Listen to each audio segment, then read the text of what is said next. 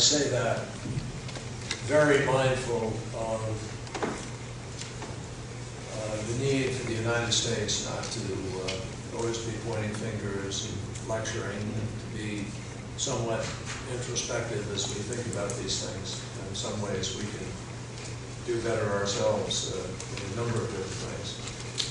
But nevertheless, human rights are in our DNA, and we will always be a nation that stands up and fights for people's human rights.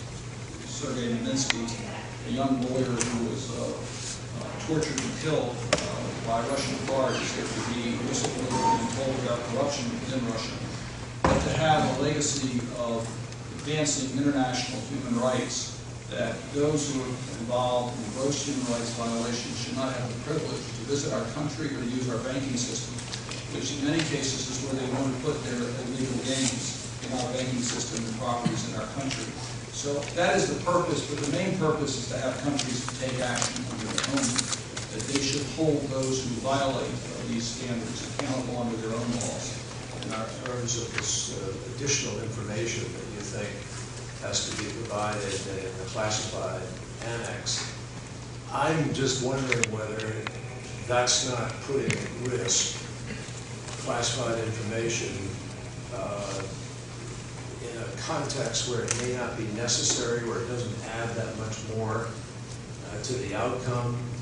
And I worry particularly just that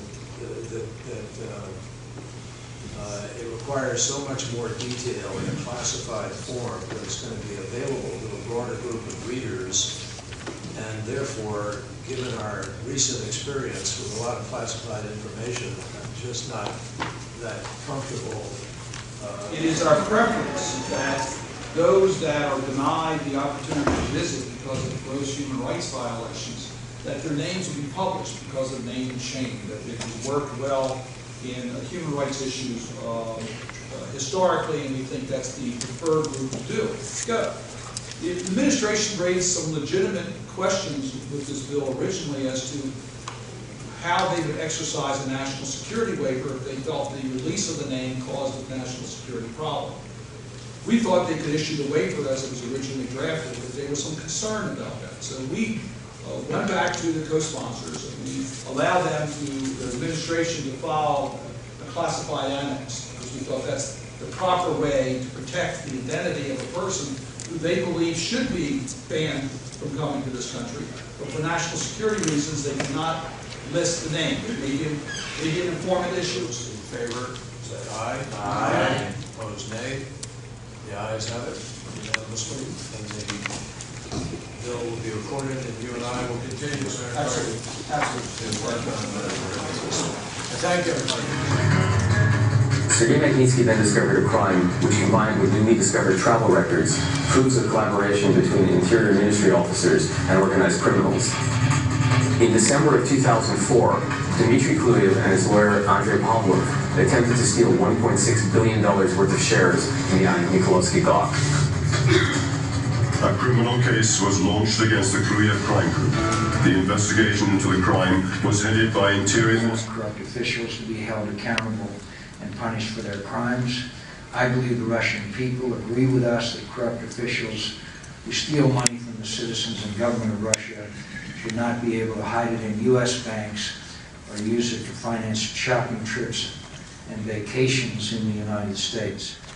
Vladimir Putin assured his continued rule in Russia for at least 12 years, unless the Russian people decide differently through other means, was whether he would be more cooperative with the West or whether he would become more hard-line. And I think the answer is pretty well clear, that in his statements about missile defense, continued vetoing of any resolution on Syria, one of his military leaders said that if the United States continues our missile defense efforts, which are clearly defensive, that this could lead to military confrontation. I've watched a number of meetings between world leaders, but I doubt if I'd seen anyone quite like the body language that existed between Putin and our president in that meeting. It was remarkable.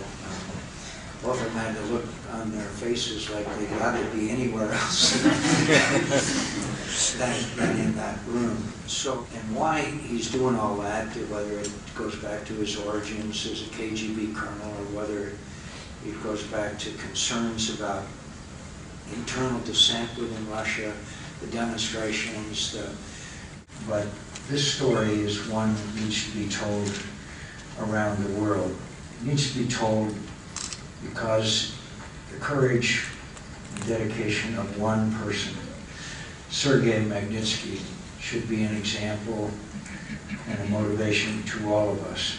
Obviously, he exposed the pervasive corruption that sadly exists within the government, including, as we've just seen, the largest public theft in Russian history.